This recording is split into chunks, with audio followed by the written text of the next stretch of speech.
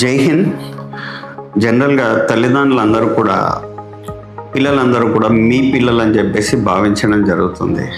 But slate స్కూల్లో మేము మీ పిల్లలందరినీ కూడా మా సొంత పిల్లలుగా భావించి రేపొద్దున ఫ్యూచర్లో వాళ్ళకి కావాల్సింది ఏంటి, ఎందుకంటే మనం మార్కెట్ చూసుకున్నట్టయితే, రీసెర్చ్ చూసుకున్నట్టయితే 2030 తర్వాత ఇప్పుడున్న 60% ఉద్యోగాలు ఇవి ఉండవు.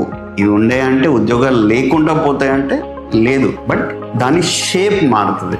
సో ఎటువంటి షేప్ మారినా కూడా, అంటే ఇప్పుడు పరిస్థితి ఏంటంటే nursery, LKG, UKG or 5th class వరకు చదివే పిల్లడు రేపు ప్రొద్దున ఏ ఉద్యోగానికి తను ప్రిపేర్ అవుతున్నాడో తెలియని పరిస్థితిలో ఉన్నారు. సో ఇటువంటి పరిస్థితిలో వాళ్ళకి కావాల్సిన ఏంటంటే 21st century స్కిల్స్ కావాలి.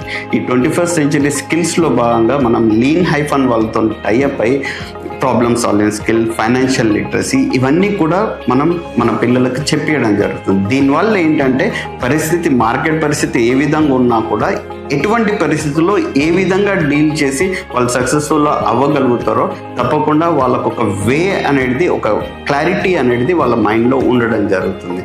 అండ్ సో తల్లిదండ్రులందరూ కూడా ఈ విషయాన్ని గ్రహించి మేము చేసే ప్రయత్నానికి సహాయపడతారని చెప్పేసి ఆశిస్తున్నాం.